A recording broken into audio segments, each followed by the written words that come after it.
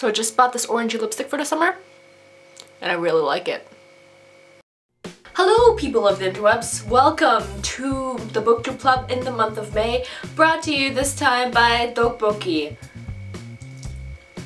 Just got on my nose. Very sexy. I went to the Asian store recently, you know, went kind of cray-cray, and I bought a ton of Asian food. It was not a pretty sight, probably for the shop owner, but definitely not for my wallet. I bought a bunch of stuff for like dumplings and wonton and tteokbokki, and I've been on a weird Asian food trip recently. I don't know why. But we're not here to talk about food, are we? If you want to see food, I have an embarrassing amount of food on my Instagram. It's very, I have a problem. But we're here to talk about books. What I read in May, what you've read in May. So, let's start. The first book that I read in May was The Scorpio Races by Maggie Stiefvater, and I was kind of coming out of my Raven Cycle slump in April, and I was just like, give me all the Maggie Stiefvater. The Scorpio Races follows an island. I think it is an island in Britain. I'm not sure though. Like, halfway through the book I was like, where is this island even? Maybe it's been mentioned, maybe I kind of skipped over it, but I literally have no idea.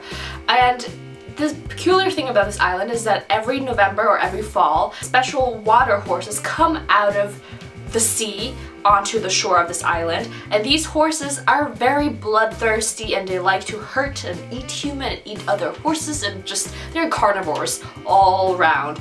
And the humans, smart as they are, try to be strong and buff, and like me Tarzan, you Jane, and they try to tame these horses, and every year after taming these horses they have a race called the Scorpio Race. The story follows two characters, a guy named Sean and a girl named Puck, and they both join the race out of their own reasons, and their paths cross. I have very mixed feelings about this book.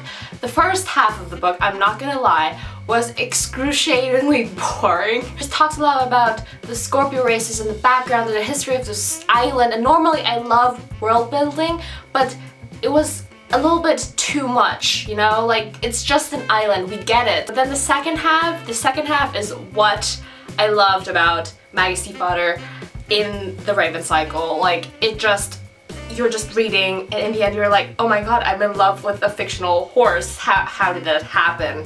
And I'm not even a horse person. And the second half just grips you, and oh, it was so good. Like, if the whole entire book was like the second half, I would give it 6 stars, 7 stars. But because the first half was just really boring, I gave it 4. I don't know, I wish I could give it more, but then I feel like it doesn't, You've read it, tell me what you think about it. The next book that I read was The Heir by Kiera, and I did a review on that book. I don't really know what I expected out of this book. Well, actually, I do know what I expected out of, like, what kind of feeling I expected out of this book, what kind of expectations I had towards the book while reading it. I wanted to be entertained. That's what I always want to be when I read the selection series, because they're really addicting and entertaining, but the plot is very simple. The character, I don't know, like, I just don't know why. It's like reality television in a book, you know?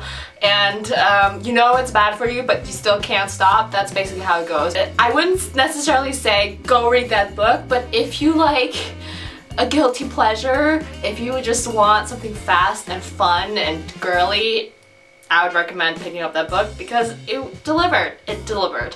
The next book that I read was A Court of Thorns and Roses by Sarah J. Maas, and you guys have no idea how long I've been waiting for this book. I've tried to get ARCs for this book on several occasions, and it never worked out. And at some point I was like, I'm here, this book never meant to be. But I finally got my hands on it, and I read it, and I loved it.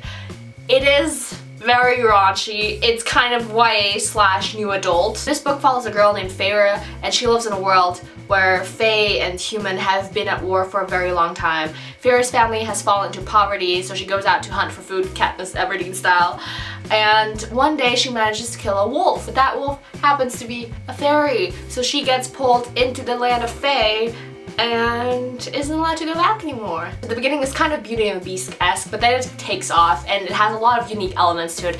And like I already said, it's Sarah J. Maas, and I loved it. It was great. It was great, and I can't wait for the next book. Let me tell you something, Sarah J. Maas is not stingy with hot characters in this book. Okay, next I read An Ember and the Ashes by Sabaa Tahir, and this book has been very much hyped about and anticipated by a lot of people. So I was already a little bit like, I should read it, but I don't want to get disappointed, but I should go into it feeling like having no expectations. But I guess I did have expectations because I read a lot of reviews and people were like, oh my god, this is so good, this is so much better than I expected or whatever. So I thought that it would have like a unique selling point at some point, or a unique plot point at some point. It is nice. I'm not gonna lie, it's nice to read. It's kind of Roman slash fantasy slash dystopian YA. The characters are well developed, the world is well developed, but overall what is happening and the plot, it feels like something that I've read over and over and over again. If this would have been one of the first like dystopian kind of books that I read, I would probably fall head over heels in love with it, but just due to the amount of dystopian books I've already read in my life, it just didn't really hit home. It follows the Empire, the Martial Empire. He's not okay with what they're doing, but then he pretends he is okay because he's like the prodigy. This might come across a little bit detached right now, but it's a little bit complicated to explain, but I guess you catch my drift. It's a solid book. If you like dystopian, you will like this. And like I've already said, characters are great, world is great. I just wasn't very impressed with the plot, but that's all. Next I read The Wrath and Dawn, and this book leans on the story 1001 Nights. So it follows a boy king named Khalid. He marries every single night, and in the morning he kills off his wives. And one day our main character, Sharzad, or Shazi as she's called in the book, volunteers to become his wife with the goal of killing him. But she manages to actually survive the night, and she tries to cover his secrets and he tries to cover her secrets, and there's a lot of politics going on, so it's everything that my little heart desired, and it was great. It was great. I really liked it. Like, the writing is beautiful. I loved the setting, the characters were nice, I understood all the characters. It was great. It was great. Great. Last book that I read, it was a book that made me extremely happy, and these are also books that I tend to give 5 stars, not because maybe the writing isn't perfect, maybe the characters aren't perfect, maybe the story isn't perfect, but if it makes me happy, that's good enough. And it's P.S. I Still Love You by Jenny Han, and this is the second book of To All the Boys I've Loved Before. It's a duology. It was so sweet, and it was a little bit sad, and it made my heart flutter, and it made my heart clench. It just brought out all the ahs within me, and I whizzed through it. I read it in like half a day, and I loved it. I love Jenny Han's writing. It's just, it reads very childish, but then also not. It kind of fits their age because she writes about teenagers, but then it doesn't lack in complexity and in the depth of their feelings, and I love it. It was great. It made me happy. That's all that I need in my life. That was it. That was the month of May. I know I read a lot of YA this month. I only read YA this month, but I am pretty happy with what I read, and most of it was pretty good. So tell me what you've read, what you enjoyed this month, and yeah, thanks for watching, and see you next time. Bye!